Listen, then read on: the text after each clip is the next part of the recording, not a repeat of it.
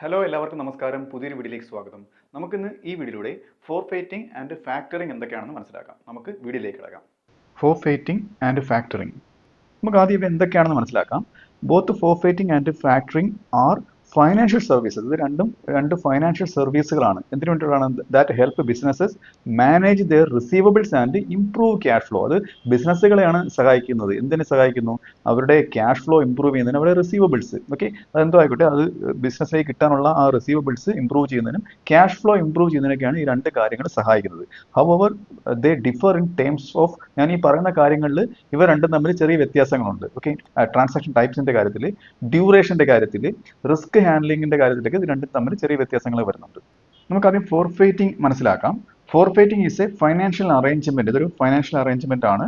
In which an exporter sells it long term receivables to a financial institution. ഒരു financial ഇൻസ്റ്റിറ്റ്യൂഷനിൽ ഒരു exporter അതിന്റെ long term receivables, അത് promissory notes, bills of exchange, ഇങ്ങനെയുള്ള long term receivables sell ചെയ്യുന്നതിനെയാണ് forfaiting എന്ന് പറയുന്നത്. അപ്പം ഈ ഫൈനാൻഷ്യൽ ഇൻസ്റ്റിറ്റ്യൂഷനെയാണ് ഫോർഫെയ്റ്റർ എന്ന് പറയുന്നത്, മേടിക്കുന്ന ആൾ.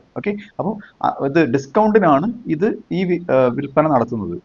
At A discount receiving immediate cash, പെട്ടെന്ന് തന്നെ ഇത് ക്യാഷ് കിട്ടുകയും ചെയ്യുന്നു. ആ ക്യാഷ് റിട്ടേൺ ലഭിക്കുകയും ചെയ്യുന്നു. ദ ഫോർഫെയ്റ്റർ എന്ന് വെച്ചാൽ ഈ institution assumes the risk of non payment.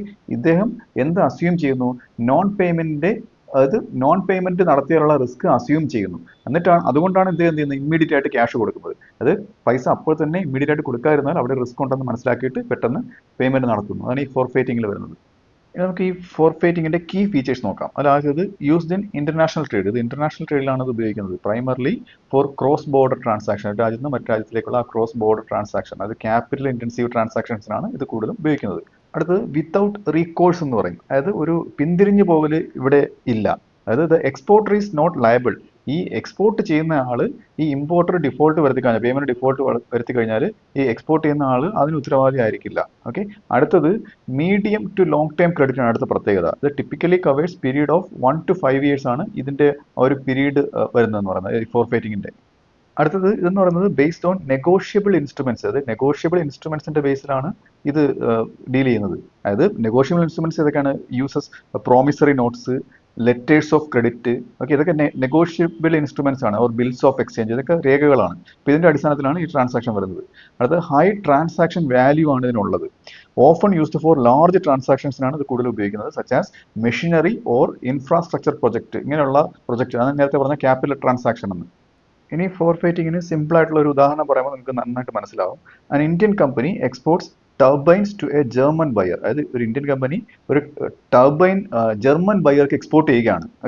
ഈ ഒരു സിറ്റുവേഷൻ വരികയാണ്. ഇപ്പോൾ who agrees to pay in instalments over 5 years, 5 കൊല്ലം കൊണ്ട് ഇതിന്റെ പേയ്മെന്റ് അടച്ചു തീർക്കാമെന്ന് ഈ ജർമ്മൻ ബയർ പറഞ്ഞു. Instead of waiting for payments, അപ്പം ഈ ഇന്ത്യൻ കമ്പനി എന്ത് ചെയ്തു? ഇന്ത്യൻ എക്സ്പോർട്ടർ ആണ്, ഇന്ത്യയിൽ നിന്ന് എക്സ്പോർട്ട് ചെയ്യുന്നത്. അവർ ഈ 5 കൊല്ലം വരെ ഈ പേയ്മെന്റ് കിട്ടാൻ വേണ്ടി വെയിറ്റ് ചെയ്യാതെ നമ്മുടെ Indian exporter sells the receivables for a forfaiter, അതായത് ബാങ്കിന് വിൽക്കുകയാണ് ചെയ്യുന്നത്. അപ്പൊ പെട്ടെന്ന് receiving instant cash at discount റേറ്റിൽ പെട്ടെന്ന് തന്നെ ക്യാഷ് കിട്ടും. അപ്പോൾ എക്സ്പോർട്ടർക്ക് ക്യാഷ് അപ്പോൾ തന്നെ ആയി. ഇനി ഈ ബയർ, ഈ ജർമ്മൻ കമ്പനി ആരെ നിന്നാണ് മേടിക്കേണ്ടത്? ഈ ബാങ്കിന്റെ കയ്യിൽ നിന്നാണ് മേടിക്കേണ്ടത്. The German buyer now owes the forfaiter. അതായത് ഈ ഇവിടെ ഫോർഫെയ്റ്റർ ആരാണ്? ബാങ്ക്, ആ ഫൈനാൻഷ്യൽ ഇൻസ്റ്റിറ്റ്യൂഷൻ. അപ്പൊ ഫോർഫെയ്റ്ററുടെ കയ്യിൽ നിന്നാണ് ഇനി ആ സാധനം മേടിക്കേണ്ടത്, നോട്ട് ദ എക്സ്പോർട്ടറിന്റെ കയ്യിൽ നിന്നല്ല. അപ്പൊ ഇതൊരു സിമ്പിൾ ആയിട്ടുള്ള എക്സാമ്പിൾ ആണ്.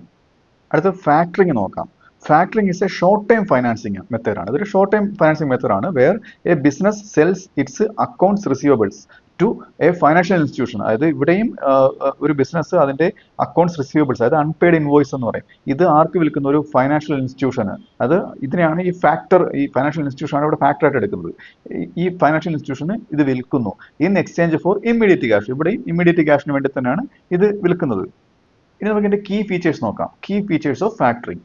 അത് used in domestic and international trade. ഇത് രണ്ട് ട്രേഡിന് ഉപയോഗിക്കുന്നുണ്ട്. ഡൊമസ്റ്റിക് ആയിട്ടുള്ള രാജ്യത്തിനകത്തുള്ളതും ക്രോസ് ബോർഡർ ട്രാൻസാക്ഷനും ഇത് ഉപയോഗിക്കുന്നുണ്ട്. സ്യൂട്ടബിൾ ഫോർ ഓൺ ഗോയിങ് ആയിട്ടുള്ള, അതായത് നടന്നുകൊണ്ടിരിക്കുന്ന ഷോർട്ട് ടൈം ആയിട്ടുള്ള ബിസിനസ് ട്രാൻസാക്ഷൻസ് ആണ് ഇത് ഉപയോഗിക്കുന്നത്. അടുത്തത് recourse and non recourse option. അതായത് ഈ ഓപ്ഷനിൽ നിന്ന് പിന്തിരിഞ്ഞ് പോകാനും പോകാതിരിക്കാനുമുള്ള ഓപ്ഷൻ ഉണ്ട്. The seller may or may not be liable for bad debts. അതായത് ഈ സെല്ലർ, വിൽക്കുന്ന ആള് ഈ ബാഡ് ഡെറ്റ്സിന് ലയബിൾ ആയിരിക്കുകയോ ആകാതിരിക്കുകയോ ചെയ്യാം. അടുത്തത് ഷോർട്ട് ടൈം ക്രെഡിറ്റ് ആണ്. അതായത് usually covers period of 30 to 90 days ആണ് ഇത് കവർ ചെയ്യുന്നത്. അടുത്തത് ബേസ്ഡ് ഓൺ ഇൻവോയ്സസ് ആണ്. ഇൻവോയ്സിനെ ബേസ് ചെയ്തുള്ളതാണ്. Uses unpaid invoices instead of negotiable instrument. നേരത്തെ പറഞ്ഞതുപോലെ നെഗോഷ്യബിൾ ഇൻസ്ട്രുമെന്റ്സ് ഉപയോഗിച്ചിട്ടല്ല ഇത് ട്രാൻസാക്ഷൻ നടക്കുന്നത്, അൺപെയ്ഡ് ഇൻവോയ്സ് ഉപയോഗിച്ചിട്ടാണ്. അടുത്തത് small to medium transaction value ആണ് ഇതിനുള്ളത്. Often used by small business ആണ് കൂടുതൽ ഉപയോഗിക്കുന്നത്. ഇതിന് വേണ്ടി ടു മെയിൻറ്റെയിൻ ലിക്വിഡിറ്റി മെയിൻറ്റെയിൻ ചെയ്യുന്നതിന് വേണ്ടിയിട്ട്. ഇനി നമുക്ക് ഇതിൻ്റെ ഒരു സിമ്പിൾ ആയിട്ടുള്ള എക്സാമ്പിൾ നോക്കാം. Example of factoring. അതായത് a textile company supplies fabric to retailers. ഒരു ടെക്സ്റ്റൈൽ കമ്പനി ഫാബ്രിക്കുകൾ, ക്ലോത്ത് ഫാബ്രിക്കുകൾ റീറ്റെയിലർക്ക് സെല് ചെയ്യുകയാണ്. And invoices them with a 60-day payment period. അതായത് ക്യാഷ് അപ്പോൾ കളക്ട് ചെയ്തില്ല, ഇൻവോയ്സ് കളക്ട് ചെയ്തിട്ട് 60 ദിവസത്തിനകം പേയ്മെന്റ് വേണമെന്ന് പറഞ്ഞിട്ട് ഇൻവോയ്സ് കളക്ട് ചെയ്യുന്നു. ഇൻസ്റ്റെഡ് ഓഫ് വെയിറ്റ് ചെയ്യുന്നതിന് പകരം the company sells the invoices to a factoring company. ഈ കമ്പനി എന്ത് ചെയ്യുന്നു, ഈ ഇൻവോയ്സ് കൊണ്ടുവന്ന് ഫാക്ടറിങ് കമ്പനിക്ക് കൊടുക്കുകയാണ്. അപ്പോൾ ഈ ഫാക്ടറിങ് കമ്പനി അത് മേടിക്കും.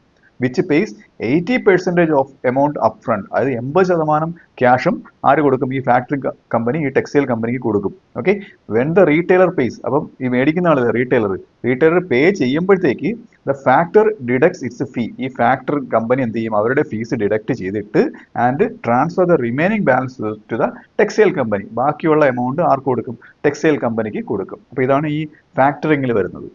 ഇനി നമുക്ക് രണ്ടിന്റെ ഡിഫറൻസ് ഒറ്റ നോട്ടം നോക്കാം. അത് പെട്ടെന്ന് മനസ്സിലാവും ഇങ്ങനെ നോക്കിക്കഴിഞ്ഞാൽ. Key differences between forfaiting and factoring. അതായത് ഫീച്ചേഴ്സും ഫോർഫെയ്റ്റിംഗ് ഫാക്ടറിംഗ് ഇങ്ങനെയാണ് കൊടുത്തിരിക്കുന്നത്. ഫീച്ചേഴ്സ് ഇപ്പോൾ ടൈപ്പ് ഓഫ് ട്രാൻസാക്ഷൻ നോക്കുകയാണെന്നുണ്ടെങ്കിൽ ഫോർഫെയ്റ്റിംഗിൽ എക്സ്പോർട്ട് ട്രാൻസാക്ഷൻ ആണ്, അത് ഇന്റർനാഷണൽ ട്രേഡ് ആണ് ഇതിൽ വരുന്നത്. ഫാക്ടറിംഗിലാണെന്നുണ്ടെങ്കിലോ ഡൊമസ്റ്റിക് ആൻഡ് ഇന്റർനാഷണൽ ട്രേഡ് രണ്ടും വരും. ഡ്യൂറേഷൻ ഞാൻ പറഞ്ഞു ഫോർഫെയ്റ്റിംഗിൽ മീഡിയം ടു ലോങ് ടൈം ആണ്, 1 to 5 years ആണ്. ഫാക്ടറിംഗിലാണെന്നുണ്ടെങ്കിലോ ഷോർട്ട് ടൈം ആണ്, അതായത് 30 to 90 days ആണ്. അതിന്റെ ബേസിസ് വരുന്നത് ഫോർഫെയ്റ്റിംഗിൽ ഇതിന്റെ ബേസിലാണ്, പ്രോമിസറി നോട്ടിന്റെ ബേസിൽ, ലെറ്റേഴ്സ് ഓഫ് ക്രെഡിറ്റിന്റെ ബേസിൽ, ബിൽസ് ഓഫ് എക്സ്ചേഞ്ച് ഇതിന്റെയൊക്കെ ബേസിലാണ് ട്രാൻസാക്ഷൻ വരുന്നത്. എന്നാൽ ഫാക്ടറിംഗിലാണെന്നുണ്ടെങ്കിൽ ഇൻവോയ്സസിന്റെ അടിസ്ഥാനത്തിലാണ്. റിസ്ക് ബിയറിംഗ് ഫോർഫെയ്റ്റിംഗിൽ ഫോർഫെയ്റ്റർ അസ്യൂംസ് റിസ്ക്. ഫോർഫെയ്റ്റർ എന്ത് റിസ്ക് അസ്യൂം ചെയ്യുന്നു, അപ്പം നോൺ റീകോഴ്സ് ആണ്, അത് പിന്തിരിയാനുള്ള ഒരു ഓപ്ഷൻ ഇല്ല. എന്നാൽ ഫാക്ടറിംഗിലാണെന്നുണ്ടെങ്കിലോ factor may or may not assume risk. അത് റിസ്ക് അസ്യൂം ചെയ്യുകയോ അസ്യൂം ചെയ്യാതിരിക്കുകയോ ചെയ്യാം. അത് റീകോഴ്സ് ഓർ നോൺ റീകോഴ്സ് രണ്ട് ഓപ്ഷനും ഇവിടെ ഉണ്ട്. അടുത്ത യൂസേജ് ആണെന്നുണ്ടെങ്കിൽ ഫോർഫെയ്റ്റിംഗിൽ ലാർജ് ഹൈ വാല്യൂ ട്രാൻസാക്ഷൻ ആണ് ഫോർഫെയ്റ്റിംഗിൽ വരുന്നത്. ഫാക്ടറിംഗിലാണെന്നുണ്ടെങ്കിലോ small to medium recurring transaction ആണ്, അതായത് ഇങ്ങനെയുള്ള ട്രാൻസാക്ഷൻ ആണ് ഫാക്ടറിംഗിൽ വരുന്നത്. അപ്പോൾ അഡ്വാൻസ് പേയ്മെന്റ് ഫോർഫെയ്റ്റിംഗിൽ 100% അപ്ഫ്രണ്ട് പേയ്മെന്റ് കിട്ടും, അതായത് മൈനസ് ഡിസ്കൗണ്ട് കുറച്ചിട്ടുള്ളത്. അത് ഫാക്ടറിംഗിനാണെന്നുണ്ടെങ്കിലോ യൂഷ്വലി 70 to 90% അപ്ഫ്രണ്ട് എമൗണ്ട് ആണ് കിട്ടുന്നത്. അപ്പോൾ ഇത് രണ്ട് ഏകദേശം അതിൻ്റെ ഒരു മെക്കാനിസം ഒന്ന് തന്നെയാണെന്നുണ്ടെങ്കിൽ ഇങ്ങനെ ചെറിയ കാര്യങ്ങൾ ഇത് വ്യത്യാസപ്പെട്ടിരിക്കുന്നു. അപ്പോൾ ഈ വീഡിയോ നിങ്ങൾക്ക് മനസ്സിലായെന്ന് വിശ്വസിക്കുന്നു. അടുത്ത വീഡിയോയുടെ മറ്റൊരു വിഷയമായി വീണ്ടും കാണാം.